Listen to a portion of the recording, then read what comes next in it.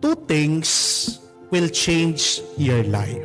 One, either something new will come into your life, or two, something new will come from within you. Gusto mo bang merong magbago sa iyong buhay? Dalawa lang ang pagmumulan ng pagbabago sa iyong karanasan. Una, pag merong bagong dumarating sa ating buhay, bagong tao na kausap mo, bagong gamit, pag sinuot mo, magbabago ang iyong itsura. Yung mga iba nagtra-travel, naglalakbay, bagong karanasan, bagong trabaho, bagong ginagawa. Yan yung mga bagay unang-unang nakakapagbago sa atin. Bigyan mo ng pera ang isang tao, magbabago yan. Amen? Pero pangalawa, magbabago din ang buhay ng isang tao kung merong bago na manggagaling sa kanya. Bagong pag-iisip, bagong ugali, bagong panaginip, pangarap, bagong paningin. Something new that comes from within can change our life. Kaya nga po, tignan nyo ito. Pag ang isang mahirap, nanalo yan ng loto, hindi malayo. Kung hindi niya babaguhin yung kanyang ugali, yung kanyang mga nakasanayan, babalik at babalik siya sa kahirapan. Amen? Pero ang isang mayaman, kahit na po naghirap siya, nabankrupt siya, bigyan mo lang ng oras at panahon, babalik yan, aangat yan, magtatagumpay muli. Bakit? Saan nagmumula yung pagbabago? Sa loob, sa pananaw, sa pag-uugali, sa pagtingin, sa pag-iisip. Bakit itong si San Mateo, kilalang makasalanan, kilalang korap, matakaw sa pera dahil siyang naniningil, ang buwis, siyang umahawak ng mga pera. Bigla-bigla nagbago. Dalawang dahilan. May bagong dumating sa kanyang buhay, ang Panginoon, si Jesus. Kahit na makasalanan siya, tinawag siya ng ating Panginoon. Dati-dati, hindi siya pinapansin ng mga Pariseo, ng mga eskriba, ng mga nakakatanda dahil ang tingin sa kanya, madumi.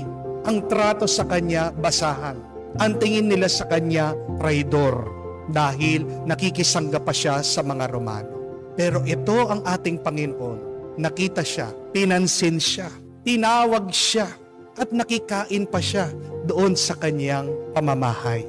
Nagbago siya una dahil merong bagong tao, bagong Diyos na dumating sa kanyang buhay. Pero pangalawa, nagbago siya dahil pinili niya mula sa loob niya na magbabalik loob siya sa Diyos.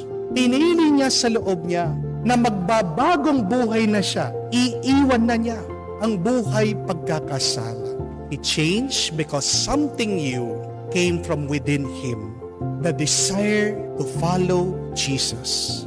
The desire to live a new life free from sin and corruption. Ano po ang gusto niyong magbago sa iyong buhay? Alam ko, marami. Alam ko gusto niyong magbago ng ugali ang inyong mga asawa. Alam ko gusto niyong magbago yung financial na kalagayan niyo ngayon. Alam ko gusto niyong magbago yung inyong nararamdaman na sakit. Pero tandaan niyo po ito. Kung hindi mo man yan maibabago, merong isang bagay na madali mong mabago. Yung nandoon sa loob. Dahil ang mabuting balita, binigay na ng Diyos sa atin ang grasya, ang kakayahan para magbago. Pero hindi natin pinipili dahil matigas ang ating ulo. The grace to change, the power to be transformed is already in you. God is providing us every day to change our life. It is in you already. Huwag niyo na pong hahanapin sa labas. At tandaan niyo po, the greatest change happens within. Pinakamahalaga, nag-uumpisa doon sa loob. Kaya nga po makikita niyo, bakit po ang isang higad, a caterpillar, kaya niyang magbago, maging butterfly? Saan nagmula? Uod lang dati. Bigyan mo lang ng panahon, nakakalipad na yan. Nandun na sa loob ng higad. Nasa Kanya na, doon sa uod. At ganyan din sa atin. Pero ang tigas ng ating ulo, naghahanap tayo sa labas. Iniisip natin kung magkakaroon lang ako ng pera, magbabago. Yes, magbabago. But that is just temporarily. If you do not change what is within, nothing will transform. The thing will remain. You will remain unchanged. Mananatili pa rin yung dati. Kahit na anong gawin mo dyan sa iyong asawa.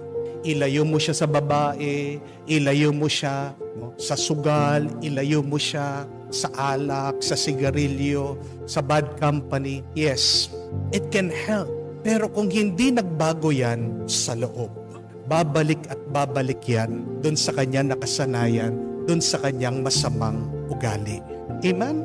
Hahanapin niya, hahabulin niya. Napakahalagang umpisan natin ang pagbabago sa loob. Araw-araw meron pong nagme-message sa akin, nagte-text, nakuha yung aking number, nagpapadasal. Pero ang nakakalungkot, ganito po niya ako tinetext. Good morning, Father. Ang hirap ng buhay po, no? Good morning, Father. Ang daming problema ng buhay. Good morning, Father. Ang bigat-bigat po ng aking nararamdaman. Bagong araw, pero walang nagbabago dito sa tao. Bakit? Parehas pa rin yung ugali eh. Parehas pa rin yung paningin. Parehas pa rin yung nararamdaman. Pero subukan mo. Unahin mo palitan yung iyong pag-iisip, pananalita. Bakit hindi mo sabihin na, good morning, bagong araw, bagong buhay, bagong blessing. Sa tingin niyo po ba, hindi magbabago din yung mga darating na oportunidad sa iyo? Mag-umpisa sa loob. Palagi naman nagbabago yung nasa labas. Hindi lang natin napapansin. Pero ang pinakamahalagang pagbabago na dapat bigyan natin ng pansin ay yung nandoon sa loob.